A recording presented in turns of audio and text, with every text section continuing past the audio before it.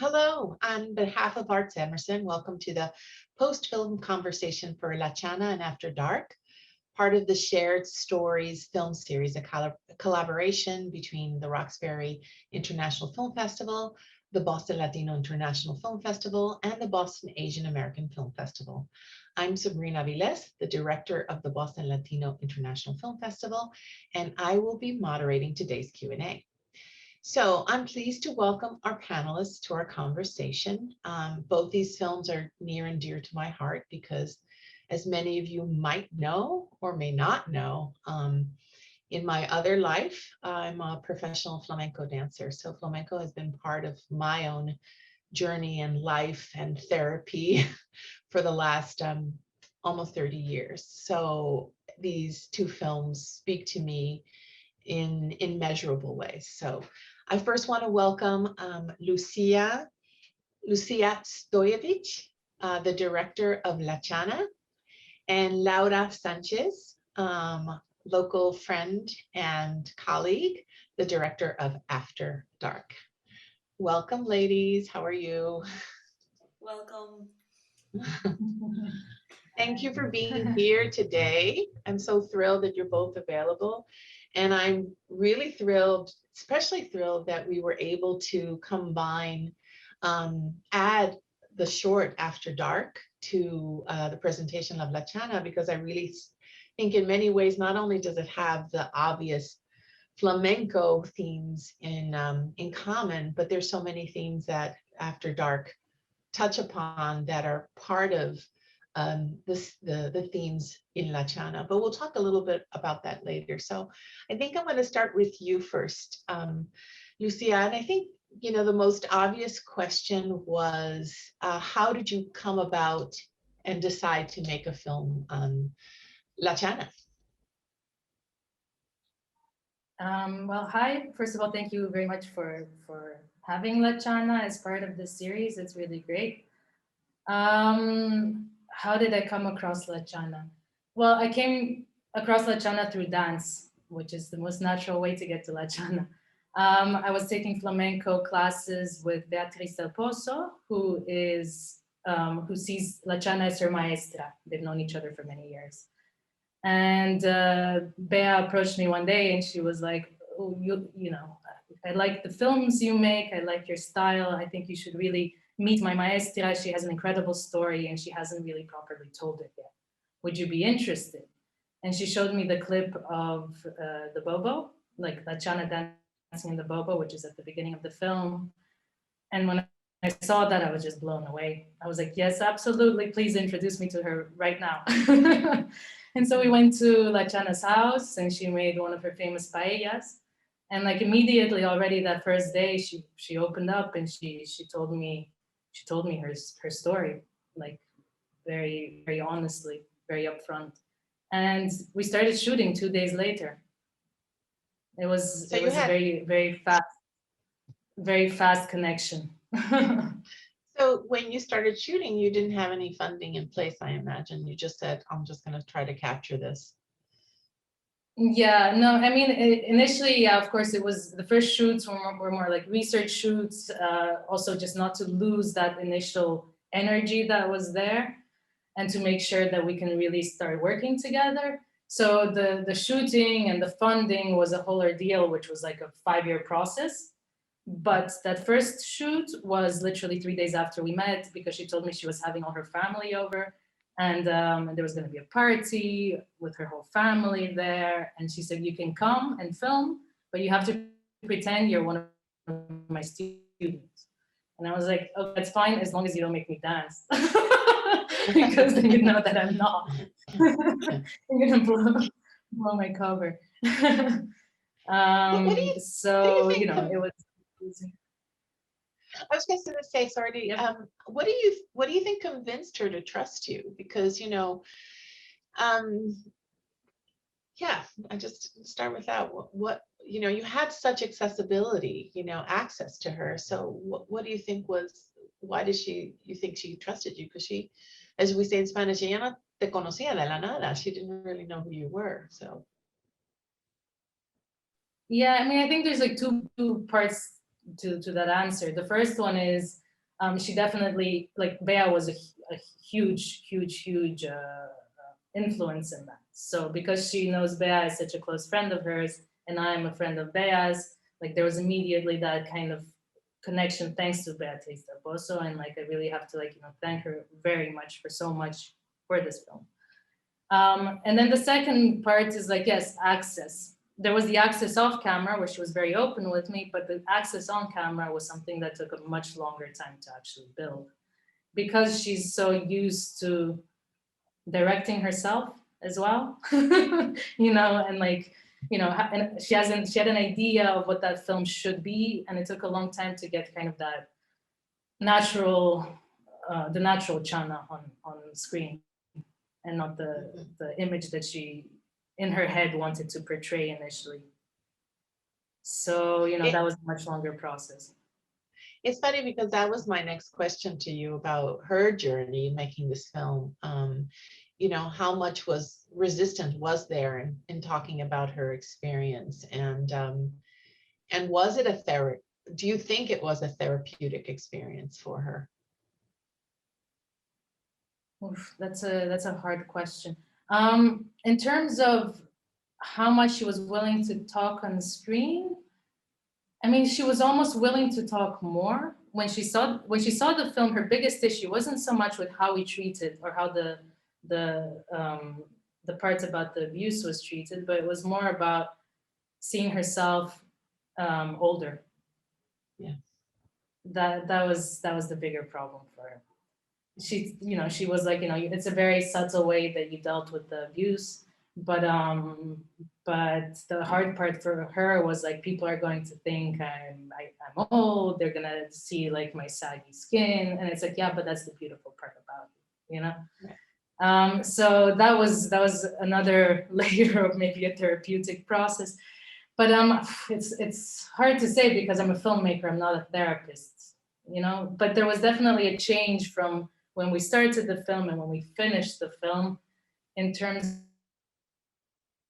of her own self-confidence in herself, even like physically how she was. She started dancing again. She had this huge vibrancy she always has a vibrancy for life, but she was a little bit like, just in her home before when I met her. By the end of it, she was traveling to New York, to Krakow, to the south of Spain, to London to dance again. And she was, she looked fantastic. We even had a problem with continuity because the later stuff like couldn't fit with the earlier stuff because she had like lost weight. She looked healthy and fit and great. Yeah. And in terms of the therapy when it comes to the abuse part, I mean, how does one ever really overcome that? I don't know. I mean, it's not up to me to really say. I hope it helped her in a way, but it's something she'll always carry in her. I was going to say, did you know about the abuse prior to making the film? Is that why Beatriz thought that her story was interesting? I mean, Beatriz, first and foremost, was like, she's the most amazing percussionist, rhythmic genius that there is. And she's been neglected in the art scene. That was like Bea's premise, the first premise that she wanted to kind of, give La Chana her place in flamenco history. And then, yes, there was the Bea was very reluctant about whether this should even be in the film or not. She talked to me a lot about it, and I was like, I think it's very, very, I mean, it's key. It's key to her disappearance from the stage, to her comeback. It's like everything into her as a human being. And there's so many layers of it too. There's the husband, but there's also the surroundings, her context. Like, it wasn't just her husband, it was also her uncle, her father, like it was her culture. It was her culture. Her surroundings was her culture. Yeah. But the funny thing is that if it wasn't for her revealing, the reasons for that absence, that 8-year absence, that the film itself, you know, could have been a homage, but that provided such a really interesting, you know, in filmmaking, we always are looking for the dynamics in film and art in general, and you know, a story that has a little bit of antagonistic forces. And I feel that, you know, in a way, I don't want to say you lucked out, but it was really wonderful that she was able to, in a painful way, reveal that that experience, because it made her triumph at the end. And again, you know, she loved flamenco and she left it, and it was flamenco that was her salvation. I would say her, that where, you know, have knowing that she overcame that, you know, the forces in her personal life just made the film that more powerful. So were you prepared for that? I mean, did again, I know that you might have been aware of it, but did, you know, I think I commend you about having her, giving her that really safe space to talk about the abuse without getting too graphic. And it was really nuanced and I would say handled really beautifully and with a lot of compassion. Um, how did she feel about that when she actually saw that? How did she feel about that? I know that you said she was concerned about how she looked, which was really obvious in the scenes where she's like making herself, you know, making herself up and all that. But how did she feel when that was presented to her? No, she broke down. She was crying. It was very difficult. Like, you know, it was very hard for her, and like seeing it all in context of her dance and her life, it like really struck her very deeply. But for me, like, it was also very important to treat what happened to her in a way that doesn't make her a victim, but that celebrates her. So that was really important for me to you know, to show, like, to focus on her strength to get up again, rather than, you know, give space to the man who did this to her. You know, Yeah. and in that way, you know, celebrate that power that she has. And the more like things were happening outside, the more like internally she was becoming a stronger, deeper artist. And you know, you don't separate La Chana from flamenco. You just don't. It's if there's anyone who was born to dance, it's her. It's like it's part of her. It's like those two things. So you know, it was like also using the tool of her dance to show that strength. Yeah, and you know, that's flamenco. Flamenco for me has been a very therapeutic and empowering. I always say that women who, especially women who come into flamenco first, is like, if you're not willing to face truth in your life, it'll be very hard for you to dance flamenco, because you basically expose yourself when you dance flamenco. You cannot hide, you can't be shy. And you know, for her and for me personally, it's been about it's really empowered me in my life, and I turn to it when I in moments of despair or sadness. So, and this is, I think, is a great segue. I'll come back to you with some other questions, but it's a great segue to talk about Laura's piece. You know, one of the things that I love that Chana said, and this, you know, she got so emotional, and I got emotional with her. She said, "Cuando bailaba era mi luz, donde yo me sentía viva. Fui feliz bailando porque yo nací para bailar. When I danced, it was my light. It's where I felt alive. I was happy dancing because I was born to dance." And so she spoke to greater universal issues, I think, about healing and the power of art, its redemptive and empowering quality. So, Laurita, when I looked at After Dark, you know, I thought about the common themes in the two films, you know, flamenco being one, obviously, and like almost finding redemption, validation, and consolation in flamenco and art. And so After Dark, in many ways, is like La Chana. It's about a film about a journey, the journey of this woman from absolute ecstasy to pain, and then again, and you did this beautifully. You never feel like she was a victim. She just sort of gave herself time to mourn and said, I'm moving on, and she triumphs at the end. So Laurita, so knowing that, and the film is about that journey, but your film also is about a journey, if you will. So what is it about art therapy? What is it about your journey, Laura, that inspired you to construct the scenes that you filmed for your specific piece, which I think is really powerful? Well, thank you, Sabrina. I I actually I saw the film The Chana again this morning to just because the first time I saw it was with La Chana in person in New York, and it was amazing. That experience, like watching the whole film, I got emotional because I was actually at a point where I was in a very difficult time of my life, where I was trying to find my relationship with flamenco, because I've done my entire life, I've always felt that I was born to dance, and many of the things La Chana was saying on the film was like like kind of like coming to my soul, and like and at like and her story, and how she's like how she went from one point to another one, and how her struggles, and how flamenco was her space to just be herself regardless everything around her life. That was exactly what I was experiencing and what I was doing with just being with flamenco and myself, just to survive that emotional difficult time of my life. And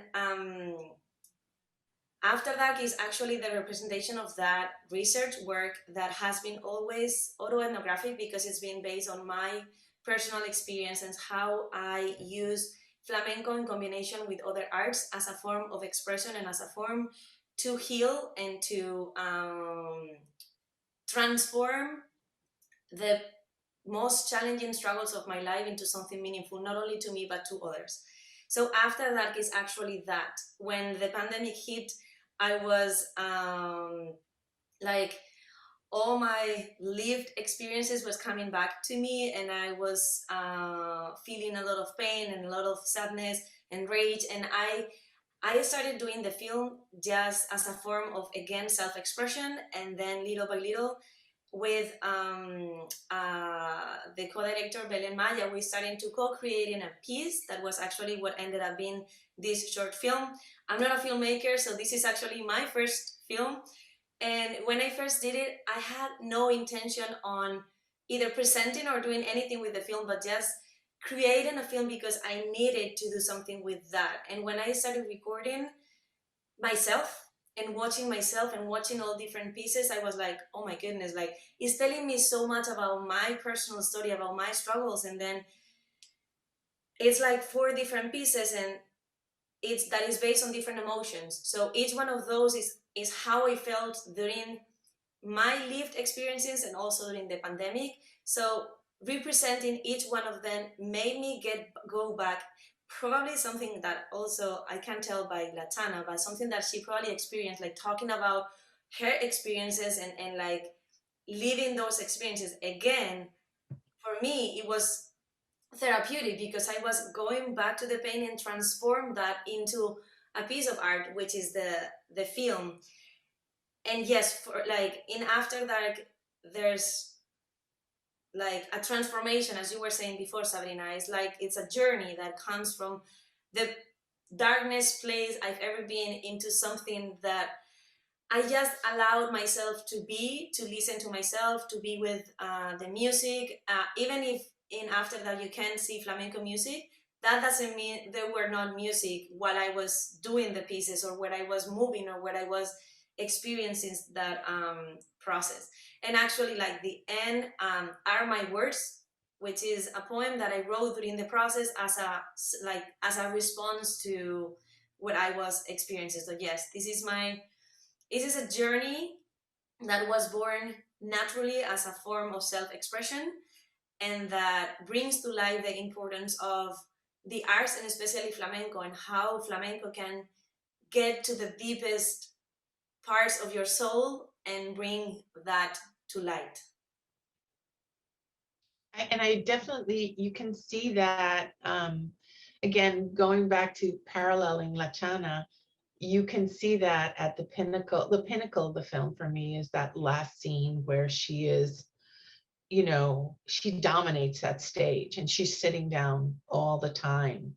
And, in many ways, she was never a victim because she had flamenco in her life as, not only her therapy, but it saved her. It was her saving grace.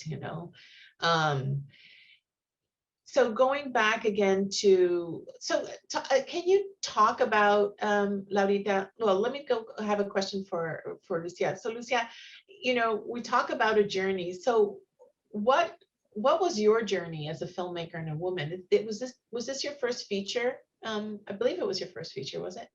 So what was your journey as a filmmaker, and as a woman, and how did, La Chana's overcoming her obstacles resonate with you? I mean, I'm not saying that, I'm not comparing you two, but being so close to someone like that for so many months must have had some sort of effect on you. So what kind of lessons did you take away from this experience? Well, La Chana is definitely a lesson in perseverance. So, in many, many ways. It was a 5-year process. So there were many times when I had to think like, okay, La Chana is a great role model in perseverance in many ways. Both the film and the woman, of course. La Chana became like I don't know, a mother to me almost during this time period. So like there was like a journey with our relationship, which had its rocky moments too, for sure. But it was also like a very beautiful process. And during that time too, I also had my first child, my daughter, that also came smack in the middle of that process. So, there was a lot of transformative, it was like a huge part of my 30s, this process with the film. But I mean, it was a huge learning curve in many ways. I mean, there was like different things going, a learning curve in terms of filmmaking, and I'm always very open to feedback and criticism, and pushing myself to learn more, and pushing myself to try harder and to make things better, whatever the circumstances are.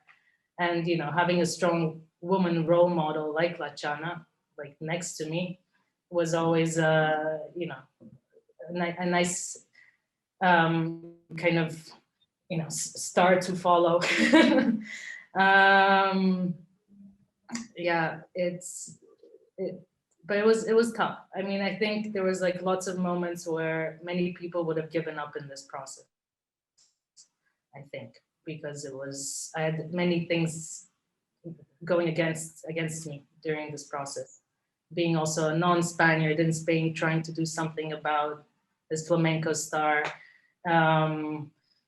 But it had its negative parts, but also had its positive parts. Like I was much more open to internationalizing the project. It ended up being a co-production with Iceland, out of all places.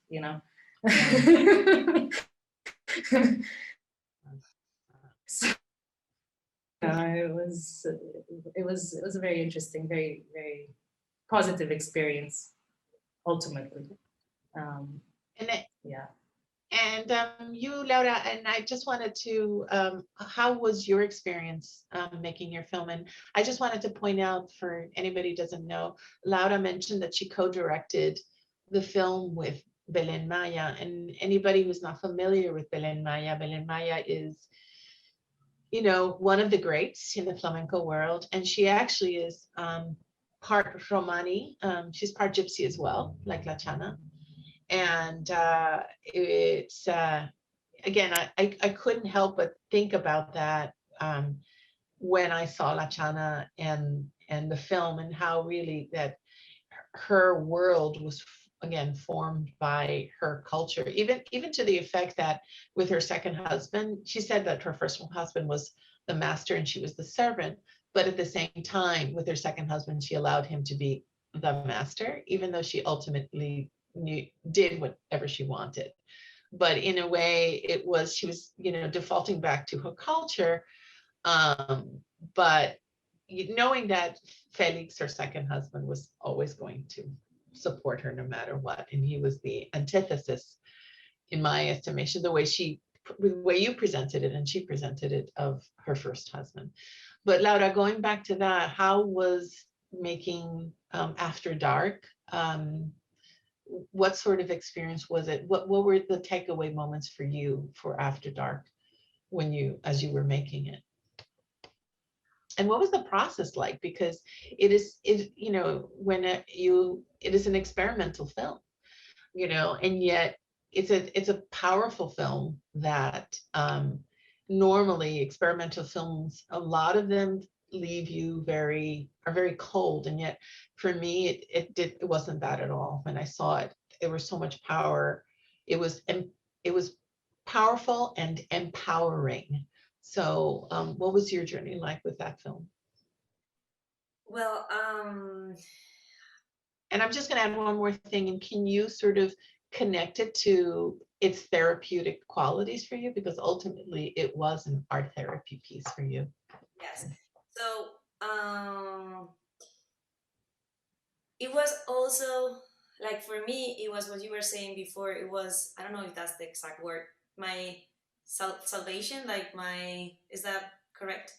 Yeah, it was like, I was in the middle of this anxiety and fear.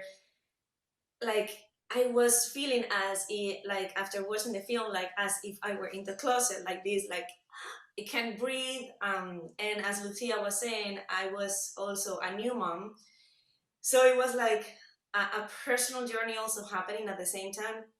And I was like, for me, when I first called Belen Maya and say, Belen, I have this idea. I sent her a short video of what I had in mind with the poem. This is what I would like to share. She knew my story because she know me, like I met her a few years ago, and since we share similar ideas on how flamenco can be used as a therapeutic tool, I share her, like, I want to tell my story, not only the pandemic story, but the story that goes behind, the story of being an immigrant woman, and like all my struggles into like something that can really help me put my story in a piece of art, because I kind of needed to heal that aspect. So for me, getting in the studio, not in the studio, like, because I remember having conversation with her, like, okay, let's explore your house. Let's explore, this is what you want to tell here. Let's explore the closet. And the closet was like probably one of the most painful aspects. So getting in was like, and recording, I was the mover, I was the dancer, I was the filmmaker. So I was trying to find the way to, okay, I'm gonna put the camera here, I'm gonna use another camera here while I'm doing it. And it was not like I'm dancing. No, I have to really get deep. I really have to go into the pain. And I remember like recording a lot of things and then coming back to Belen and say, those are the images. And she was like, okay, we have to repeat this and do this. And there was a point where like, okay, I'm not gonna do that anymore. Like, you know what? I went to the pain long enough, and now with this we create something. And it was also very it was, for me, it was a story of like showing or giving me strength during that difficult time.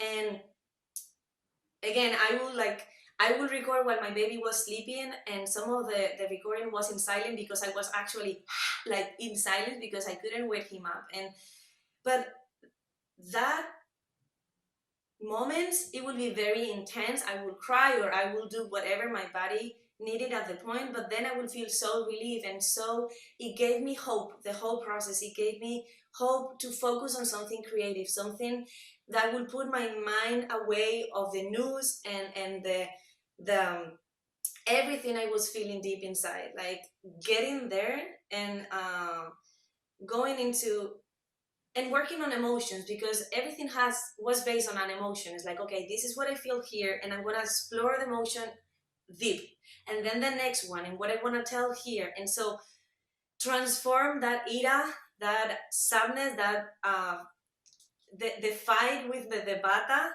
is a moment of like like really like letting myself like, yeah, enough, right? Like, and it's actually that. And um I it was also very difficult. Like recording this was very difficult. For example, the scenes of on the water was very, very difficult. Like I remember, okay, we're gonna explore this, and it took me days. Like I'm not getting there. I'm not getting there. Like there was something inside me that I couldn't know what it was, and it was probably related to my birth, like my child, like when I gave birth to my baby. So it was like, and there was so much into what happening beyond. Like it was so profound that it transformed all my emotions and all my even my past traumas into something that I could actually breathe at the end. And that's why the end it's so the air, and it's finally seeing the light. And like so that's how I felt. Like I felt that the whole transformation, it was absolutely healing for me. And after sharing this film with other women worldwide, they've some people like, I felt your agony, and it's like, yeah, I know.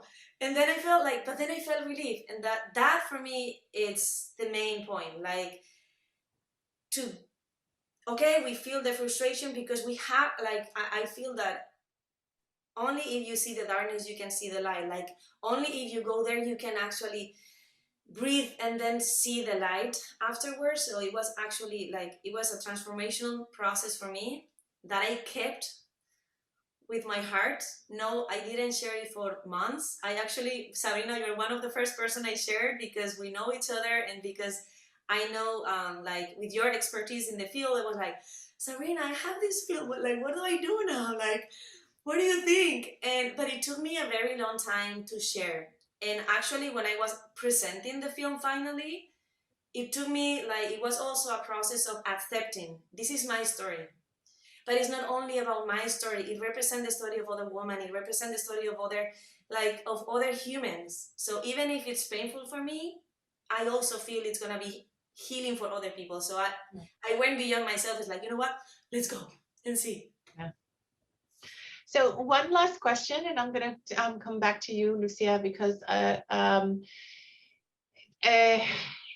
think that when we showed La Chana in our film festival a few years ago, I think, obviously there was a audience for it. The flamenco audience is going to be there and just sort of celebrate her life and, and really relate to her on a different level. But so many of my friends and colleagues and people that attended the screening said to me, who were not flamencos, who didn't know who any of these characters were. I gasped because we had these amazing dancers in the film that I knew who they were, but you intentionally didn't even title them, like you didn't even know who, as a non-flamenco, nobody would never have known, that she was talking to Antonio Canales, or that scene with the other female dancers is actually the grandniece of one of the greatest flamenco dancers, Carmen Amaya. So, but everything that I heard was that for people who were not in the flamenco world, was just like they were completely um, they were completely engrossed by the film and her, again, going back to the term, her journey. And so what has been your experience with audiences, who, aren't looking at it as a flamenco piece, but as a piece of empowerment and an amazing artist who overcame all these obstacles. So if you can comment on that, as this is the last question, unfortunately, so we can end with that. So.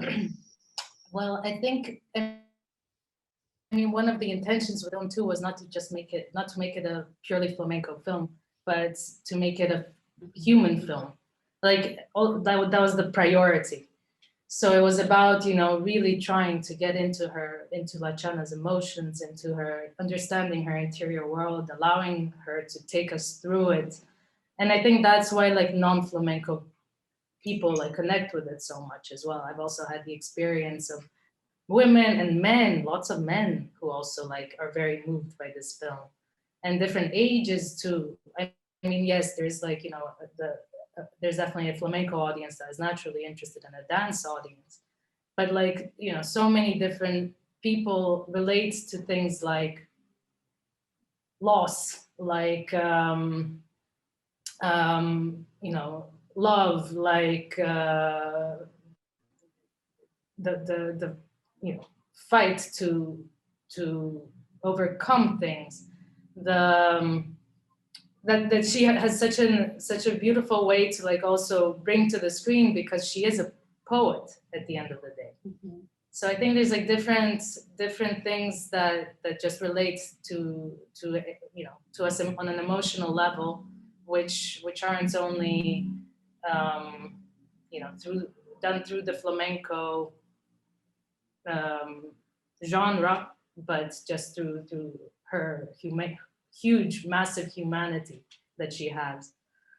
Has there been any, I thought that I said that was the last question, but has there been any sort of response or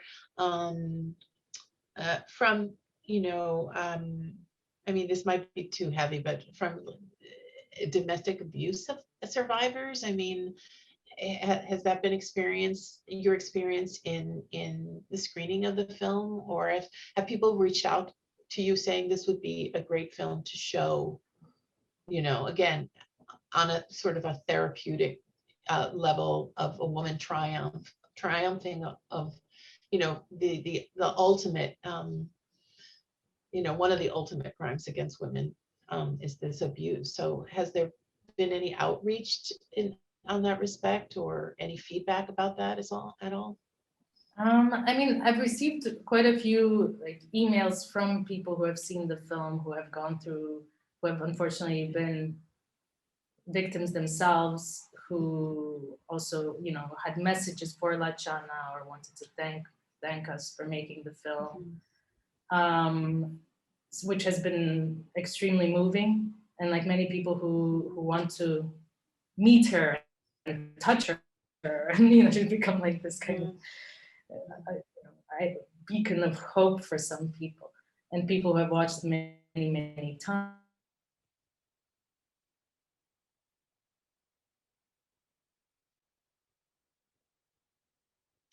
I don't know if Lucia froze a little bit, but I'm just gonna.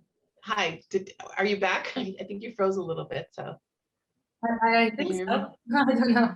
Yeah, I think there's something with my internet connection. Yeah. Yeah.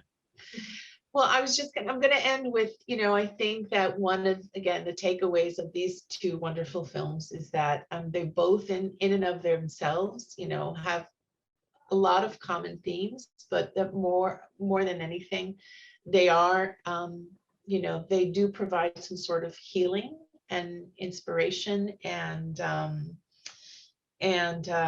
you know, I don't want to say therapeutic qualities, but optimism, that, you know, that even through tough times we have our art.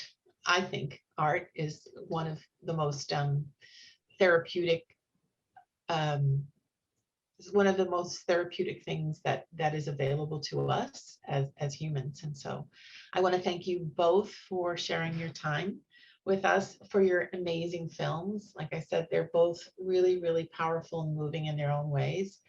And I think that it's especially, you know, we're presenting these films also in celebration of Women's History Month. You know, we have two powerful women directors, about directing films about, in your case, Laura, it's a personal journey, but in Lucia's case, it's a powerful woman director filming, telling a story about a powerful artist like La Chana. So so that's all the time we have for now. Again, thank you very much for this important conversation. And for everybody else, please visit ArtsEmerson.org for a list of resources on domestic violence support. And La Chana and After Dark, along with the recording of this conversation, will be available through Sunday evening at ArtsEmerson.org, and visit ArtsEmerson.org for other shared story presentations featured monthly through June. Thank you all for joining us. Thank you again to Lucia and Laurita.